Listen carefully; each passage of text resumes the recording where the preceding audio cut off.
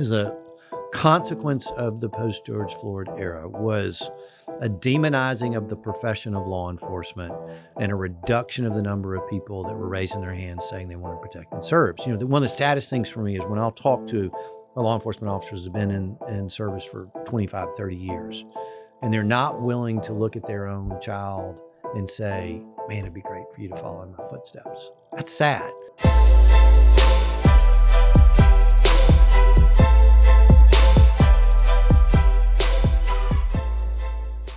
Thank you so much for tuning into the Signal Sitdown, but before we get to the interview, we'd love it if you'd hit that like and subscribe button on YouTube, Spotify, or wherever you may be joining us. And please remember to give us a 5-star review because we love your feedback. Remember, it's your government, and together we'll expose how it really works and how to affect real change. Without further ado, here's the interview.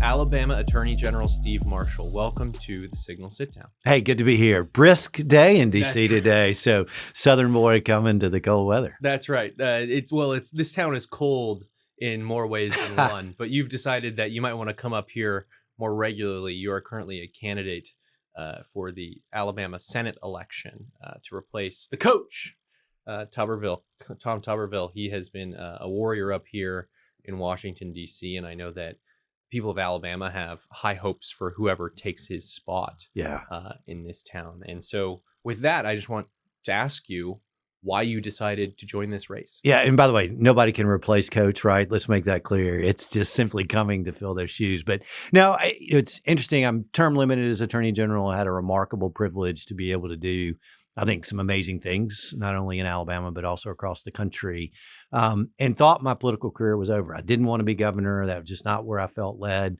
And so was beginning to sort of focus on what's that next transition for me. I want to stay in the fight. We've been too much in the foxhole now for quite some time to give up some of the things that I truly care about. But the question was, what was going to be the vehicle to be able to do that? And then apparently grandchildren and Mama Colin brought Coach to the decision that he wanted to run for governor. And it opened up the question, was that something that I felt like, number one, that I was led to do, but also did I feel like I could make a difference? Because that's, to me, what public service is about. It's not about the position. It's not about the title. It's not about what is sort of on your plate. The question is, can you take those issues that matter to you, and most importantly, to the people you represent, and can you deliver something that is tangible in their lives? And really saw the Senate as a vehicle to be able to do it. Obviously, a very different creature. But when you look at the things that we fought about, federal overreach, this idea of federalism that's obviously very near and dear to yours and my heart, the fight generally that we've had over religious liberty across the country, those are very germane to what goes on in the United States Senate. And to the extent that you can bring what I've done as Attorney General and the work that we've had there, plus a little bit of a prosecutor in me, right? I mean, there is this idea of government oversight through what the Senate does that intrigues me as well. I mean, I understand the value of a subpoena. I understand the value of being able to put people under oath. And so it was those things that really motivated me to say, let's continue to be able to offer myself up as an option, and excited about the opportunity if Alabama decides to send me here.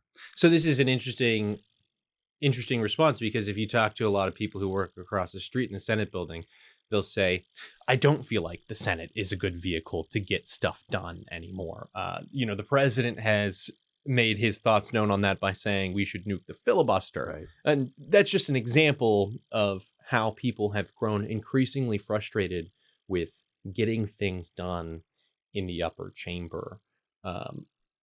As you look at the institution of the Senate, are you optimistic about what can be accomplished in the long term to make sure that institution is running in normal order?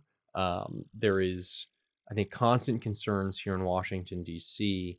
that the Senate is like this insulated, alienated creature of politics. Like the House, of course, is designed to have more of a pulse on what happens day to day, and how the public is feeling about certain issues. But it just seems like the Senate is so far detached that there's no hope for it. You talk to those people all the time across the street. What gives you hope? Yeah, I think first of all, you come here as a change agent. I mean, you don't accept status quo. Look, I always lend back to the story of Nehemiah. When his brother shows up sharing with him about the walls of Jerusalem being torn down, you're Nehemiah, you're a captive slave, not necessarily what you would think would be a great life, but yet he was the cupbearer to the king. Pretty good gig if you could get it. Immense power, immense authority. And yet when his brother confronts him with that situation in Jerusalem, he has two choices. One, do you keep the status quo, stay in your comfortable position, and just tell your brother, we're going to send you supplies, go back, good luck? Or do you offer yourself up as an opportunity to do something and to make a change? And that's what Nehemiah did. Record-breaking time of rebuilding the walls of Jerusalem, but most importantly shows what leadership should be about. Is, are you prepared to step up and do the things you need to do to push back against what may be the obstacles of what you want to be able to accomplish and find the vehicle to be able to make a difference? And look, the Senate is clearly designed to be a deliberate body.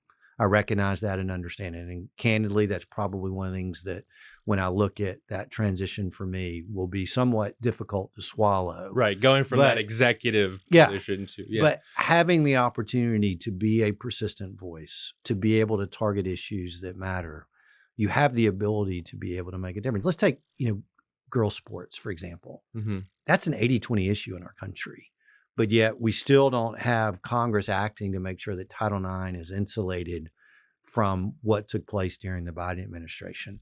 And that ought to be something that body embraces as a way of being able to show that it can act and it can lead. And so, I have a dear friend in Eric Schmidt that's up there, worked with him obviously for many years as Attorney General.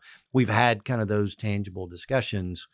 You need a nucleus, you need a force that's willing to come together and ultimately create change. And that's what is motivating me to be able to do this. I mean, look, I'm at a station in my life, I could completely do something different. But being able to come here with a desire, not just to kind of fit in, go along to get along, but truly be somebody that is willing to stir in a way that moves people to act. That's what's the exciting thing about this consideration. Yeah, and Senator Schmidt, a friend of this show, great patriot up here from Missouri. I got to read his book. I haven't read the book yet. He's going to make me do that. Good, because he's fantastic, and I really do think he's on the cutting edge. And I like to see my Republicans across the street in Capitol Hill be upset that they can't find a way to get to 60, or they can't find a way to get the ban on men and women's sports into federal law, right? Because the House has passed that vehicle. The Senate has been unable to move on that front. And what you mentioned in your first response on why you decided to run, the issues that animate your campaign, the issue of federalism, the issue of religious liberty, the issues of affordability and crime and immigration. I mean, your tenure as Alabama Attorney General mirrors very closely the major issues that have been so fraught in this town. And that's part of the reason why we wanted to bring you on the show. So one of the biggest issues right now across the country, but you can see it playing out in micro here in Washington, D.C., is the issue of violent crime. My wife was afraid to take the subways in this town. And Trump came in and said, you know what, we don't have to live this way. Right. Actually, we're going to put some folks here on the ground that's going to make sure that public order is maintained and preserved.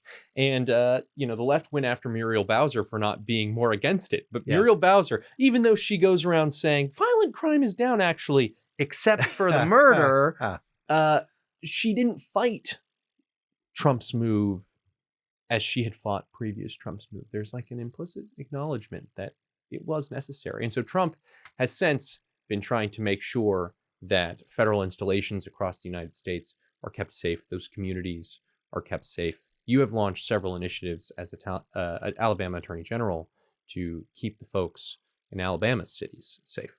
Yeah, I mean, this is not a red and blue issue, right? I mean, this is about fundamentally, your wife shouldn't feel unsafe getting on a public transportation.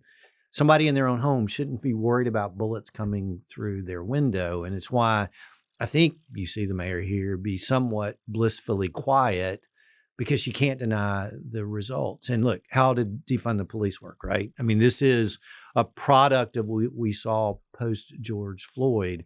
And it's interesting in Alabama, President Trump talked about kind of DC being that sort of vehicle for folks outside of our country to view this nation. And when they see violent crime rise here, that becomes for them what the United States is about, which is not what it's about. Montgomery, Alabama is the capital of our state, dealing with some of those very same things. And while the Attorney General is not responsible day to day to engage in the policing of communities, it was almost enough is enough. And we needed to act, we needed to engage. We put together a coalition, and we've had significant success in the city reducing violent crime. And it's not rocket science. You surge law enforcement into areas where bad guys are doing bad things, and you're able to stop the flow of bad acts. And what's interesting about that is not only was the response that we saw the numbers drop, and that matters, but what gets lost in the numbers is those are real people and those are real lives. And so where I saw the tangible difference is when I get the phone call from the woman in Montgomery who'd lived there almost her whole life, who talked about the community in which she lived as a place that there was violent crime going on. And the fact that now she felt safe to just sit out on her front porch. I mean, that's making a difference. And that's showing that collectively, not only good policy can work, but when you have people that are willing to lead, you're able to make a difference. And so for us in our state, we have, made sure that we passed a new law to deal with gangs because, sometimes we get focused on, Bloods, the Crips, MS-13, whatever that sort of national, international organization. But gangs are just really groups of people that are gathered together to do bad things in their communities and profit from it. And targeting those is very important for law enforcement to be able to do. And then the other thing that I think has been very important to me is just standing up for law enforcement in the face of immense criticism from many. And again, we can simply look to the larger cities with Democratic mayors. I mean, how can a mayor of Chicago embrace and somehow or another condone 50 plus shootings in a weekend? That's not normal. And that's not something as a public official you ought to accept in that status quo of a community. That ought to be a calling card to say, we have to aggressively attack this problem, but yet refuse to do it or believe that sending a social worker is a way to address a gang member doing bad things when it needs to be law enforcement equipped to be able to take those gangs out and to be able to have them prosecuted fully in a system that embraces accountability. And so, the fact that President Trump has created this narrative, I think is number one, is a positive thing. And bless the heart of the mayor of Los Angeles to the extent that she's upset about it, right?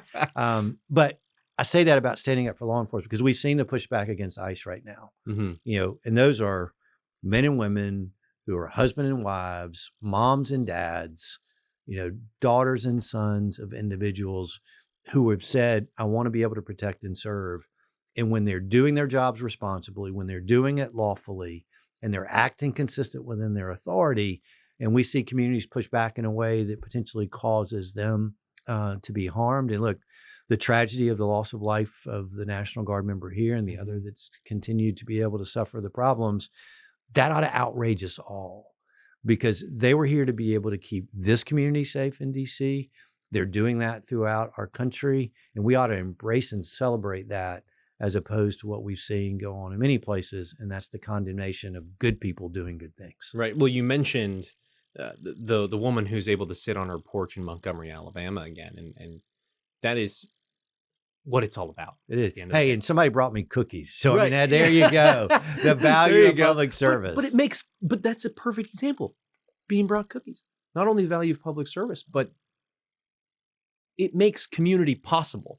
You cannot have a marketplace of ideas if the marketplace keeps getting shot up. Yeah. You cannot have a community if people are afraid to sit on the porch of their own property and then be able to defend themselves if someone were ever to come on that property. I know Alabama doesn't have that problem, but in my home state of California, that's a bigger problem. Bless you. And it's just another way in which the left uses this Orwellian language where the alternative to backing law enforcement, they call community policing. Yeah, that community policing that actually makes community impossible, because what that woman needs who wants to sit on her porch in Alabama is not a social worker.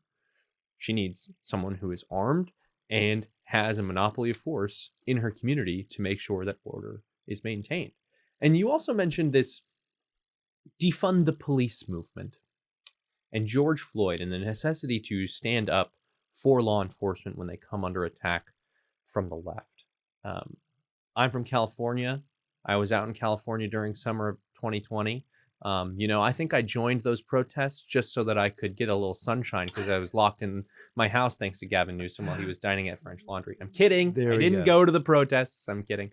But did Alabama face defund the police pressure?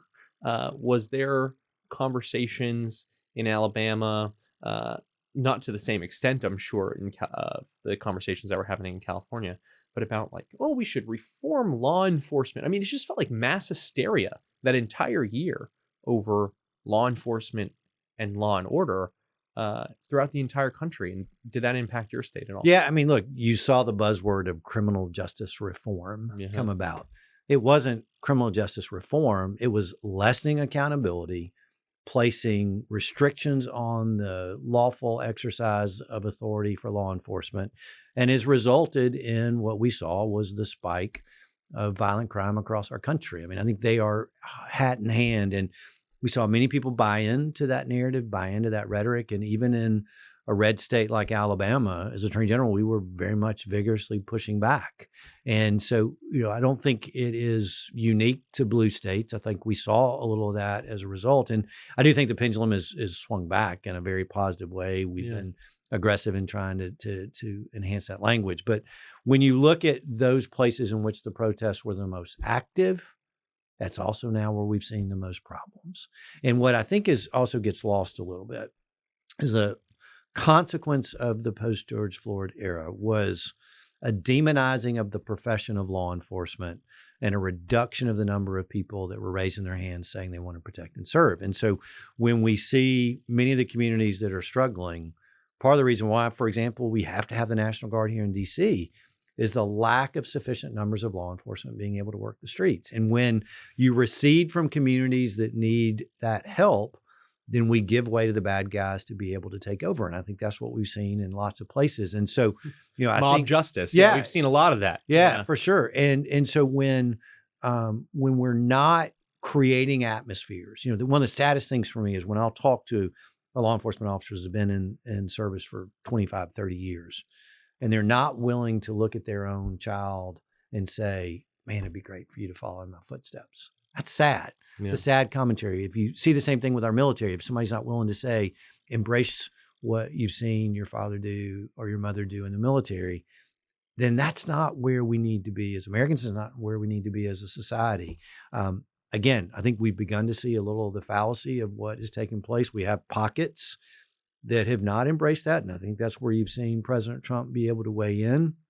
But it's a consequence of the lawlessness of many who don't embrace the fact that within kind of that thin blue line, it's discussed that law enforcement is really the only thing between order and chaos. Mm-hmm. And we need to embrace their role and their function in our communities. What do you think motivates the left to say defund the police, to say cashless bail, to, for example, tweet out? I don't know who would do this, but maybe like if you're the sitting vice president and you decide to tweet out a bail fund to get rioters out of jail, that bail fund, by the way, goes on to let a number of child predators out of jail. I mean, what's the motivation here from the left, do you think? Yeah, do something like that. Yeah, that cashless bail system worked really well too, right? I mean, we've begun to see that. I think it is trying to placate a constituency on the left to somehow or another demonstrate in some respects their fealty to the movement, to be able to show that we're standing with you. And look, people want to be able to use statistical information to somehow or another say law enforcement's targeting a certain demographic. If you don't commit crime, you don't get arrested. If you don't do the bad things, you have no reason to be a part of the criminal justice system. And so to echo this sort of sad line that somehow or another law enforcement is an instrument of government to suppress people that otherwise shouldn't seek that, is just a failed argument of the left that doesn't represent the reality on the streets. What law enforcement wants to do is not look at your color, not look at your gender, not look at your race. They simply want to make sure that you are following the law. And when we see this language that has come from many, look, there's a period of time I remember debating a representative of the Koch brothers about criminal justice reform, right? That's not a bastion of the left, but put forth a narrative that I felt like were hurting the streets of our country if we fully embraced it. And so I think to some extent, maybe they were trying to identify themselves as somehow or another listening, but they weren't listening to the right people. Yeah. You mentioned this fealty to a increasingly radical constituency. You've felt that very much so in your own life in the past few years. And I want you to tell that story in just a minute. But one question that we've been going around town, we as the Daily Signal, asking Democrats is, do you view illegal immigrants as your constituents? We asked this during the One Big Beautiful Bill. We asked this during the shutdown fight where the Democrats shut down government over providing healthcare to illegal immigrants. And representatives like Nina Torres just said, I view everybody who pays taxes in my district as a constituent, i.e. immigrants pay sales tax, ergo. Right. Like, you cannot go to the emergency room in her district, but, the illegal immigrant who cannot vote in the election, even though she wants them to vote in the election, right, is her constituent, rather than the American citizens who live there and who have felt the impact of immigration. You guys in Alabama have taken action throughout your tenure. I mean, during the Biden administration and now during this Trump administration, to make sure that your state and your communities aren't overrun by immigration and immigrant crime. And everyone says, immigrant crime, oh, that's such a terrible thing to say. No, I mean, look at Aurora, Colorado, and those, those communities that are overrun. Like, this is a real thing that happens. Go back to my home county of Orange County, California, and walk around there and see that a lot of places on street corners, it isn't police officers making sure that the community is organized. It is organized by gang members. Right. It's a bad place to be. So one of the phrases I used to tell juries in closing arguments are facts are stubborn things. Yeah. And so back to my prosecutor days, we had where I was a DA, northern part of the state, large population of illegals. And when I looked at our drug trafficking arrests, so those are the most significant, we're talking about weight, we're talking about killing lives as a result of overdose. When I looked at my composition of those that were arrested, almost by the time right before I became AG, it was over 70% of those that were arrested for drug trafficking were in our country illegally. No. And yeah, no, shocking, shocking. And so clearly it was impacting us in a way that those that were driving significant crime, and let's make sure we consider drug trafficking a violent crime because it's taking lives.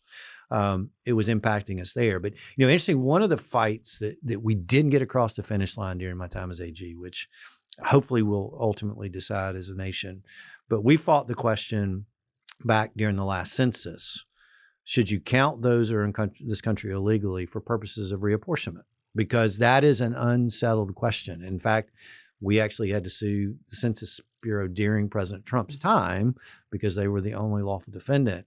Because, I mean, look, you're not going to count an invading army coming into our country, right, for purposes of representation across the country. And when you see liberal cities saying we're sanctuary cities, come be here and be safe, that's part of the driver, is let's enhance our ability to exercise power. And so if we can count those here illegally and use that to basically disenfranchise those that are doing it the right way, it's a vehicle for the left to get additional power. And we were able to get a good memo from President Trump. We weren't able to get it across the finish line because ultimately Alabama didn't lose any seats based on the reapportionment count. And so it was almost like you got to the finish line, but they wouldn't let me complete the race. Right. And so at some point we've got to do that, and we have to make that clear. Yeah, absolutely. But the weird thing about that is, like, there was no way of really knowing for sure.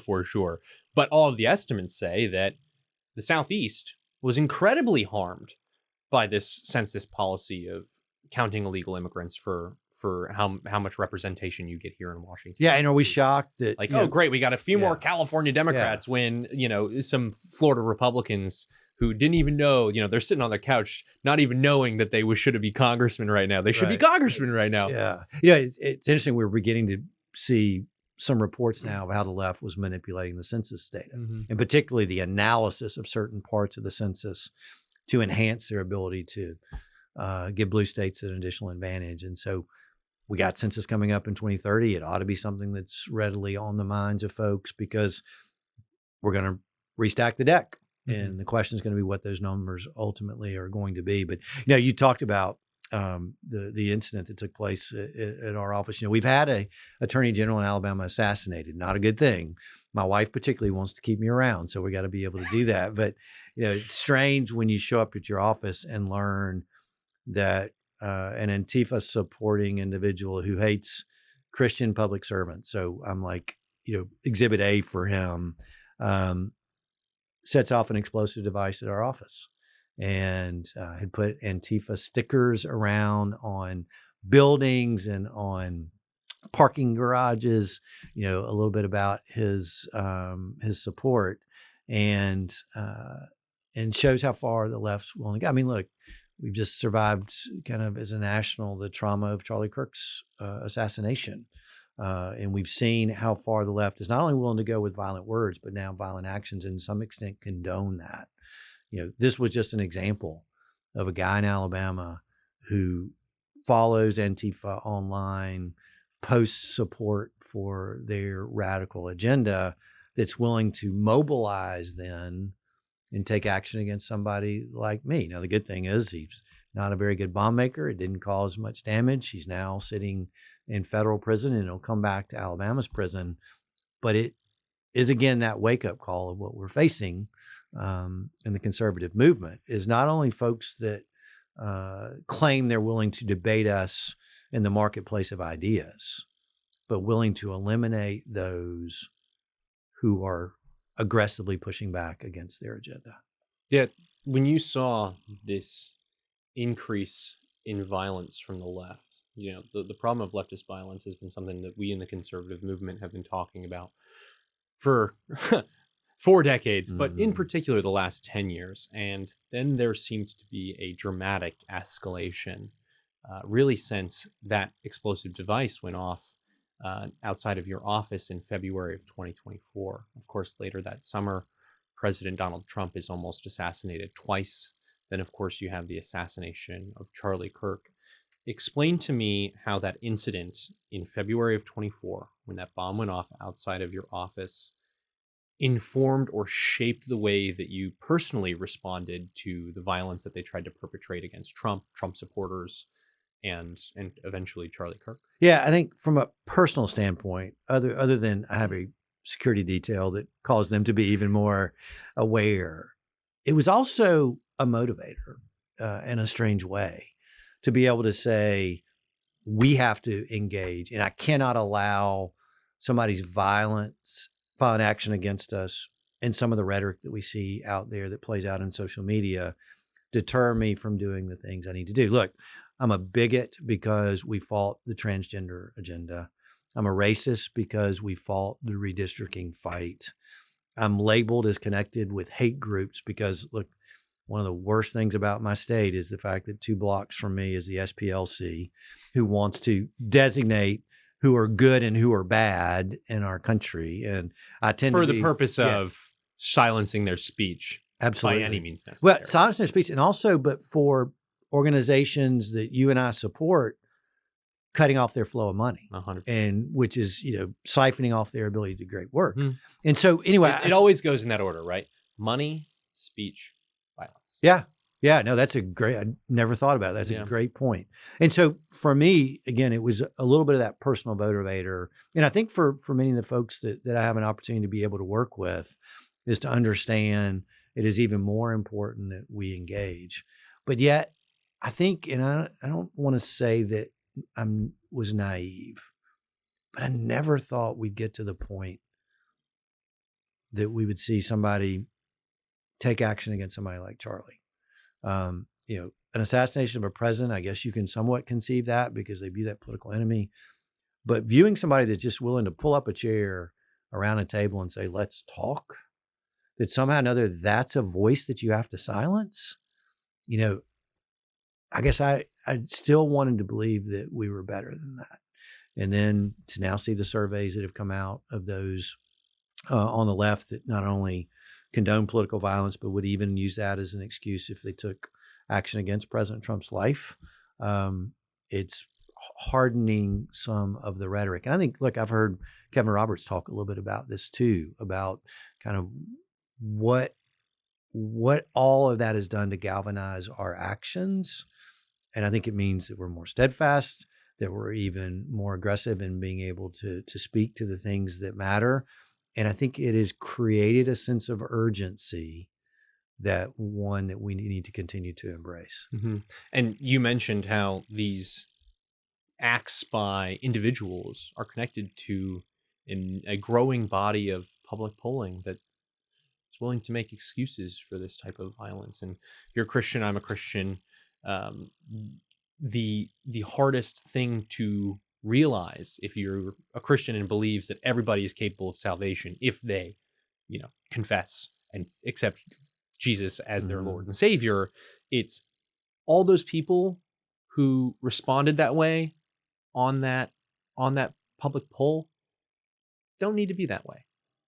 They can be saved, and it's our responsibility as responsible public stewards, as public servants, as fellow men created by God to try to bring them back from the ledge. And that's just getting increasingly difficult.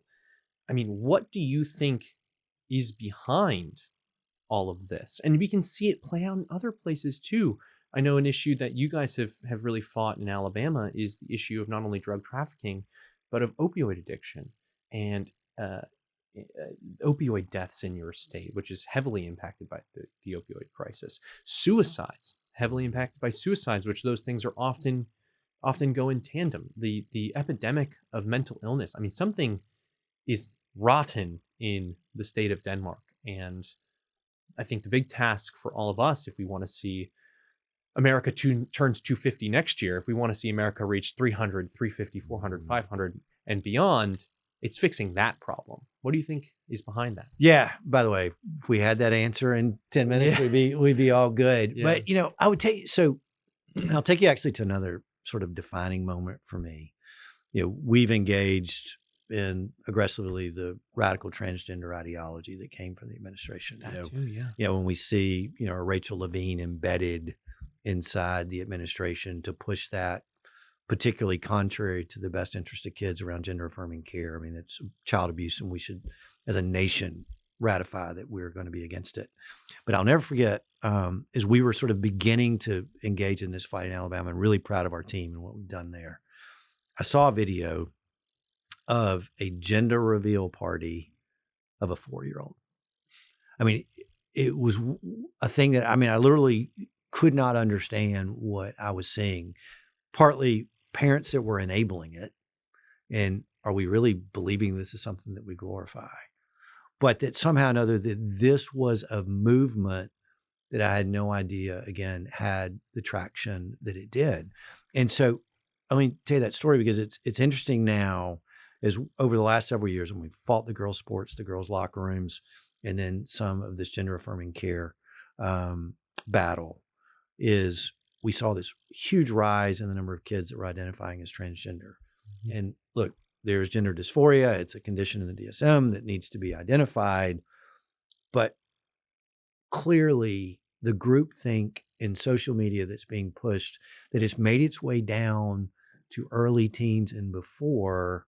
It's an epidemic. Yeah, right. It has become that driver. It's a social contagion. And people who've done research on this were silenced by scientific journals when they pointed out all of these things we're talking about, whether it's transgenderism or these Antifa leftist ideologies. Absolutely. Or these mental health crises. It's such a good point. But then when we shine light on it transparently, and when we're able to demonstrate through the work that we've done in our case on the gender affirming care, exposing the fraud that was WPATH, the international organization that pushed these standards of care, when we're able to expose the work of lawyers telling doctors how to define so-called standards of care. And then when we got into the underbelly of the left and able to see their videos, Leo Sapir has just written a great thing. I hope folks that care about this issue will look at, where you had doctors that say, we're just winging it with kids with scalpels and drugs that we're putting in their body, when we're able to show that doctors say, we don't even know how to explain this. That when, informed consent ought to be a fundamental part of what we do in medicine, and it is. And they can't even tell you what the consequences of these actions are. It was not only, again, revealing as to how far the left is willing to go for their own political agendas. When you had Rachel Levine writing an email that says, hey, let's take away these age restrictions on surgeries because otherwise you're hurting our political agenda. Come on, really? Yeah. We're going to harm kids because somehow or another you want to be able to do X, Y, and Z to push your politics. But the way that we were able to defeat that and the way that we've been able to be successful is because we were able to reveal the truth. And so I think our fight for the truth, whatever that may be and whatever the issues may be, you've talked about opioids, we've talked about some of the struggles of mental health. The battle there is very personal for me as a result of the loss of my late wife, something I'm very passionate about. But the way that we're successful is that we can shine the light on what's happening and then develop policy to try to be able to attack it. I think we're seeing good things on multiple fronts. It's exciting in Alabama where 20% reduction in overdose rates in our state is a result of what we were able to do through the litigation. But it's also why we need to be pretty doggone transparent in talking about the efforts of President Trump and dealing with a cartel that's bringing poison into our country. I think it's interesting on 9/11, we lost roughly 3,000 lives. Obviously, huge tragedy in this country, galvanizing for where we were as a country. We're losing multiples of that, almost 100,000 lives just to fentanyl overdoses alone. Mm-hmm. We ought to be celebrating the aggressive efforts of this administration to be able to attack that problem in a way that's keeping a absolutely significant threat from coming into our country, taking the loss of lives too early, and be supportive of what they're attempting to be able to do. Alabama Attorney General Steve Marshall, thank you for coming on the Signal Sitdown. Oh, thank you for having me. Great. That was fantastic. Oh, man. Pleasure, man. No. That was.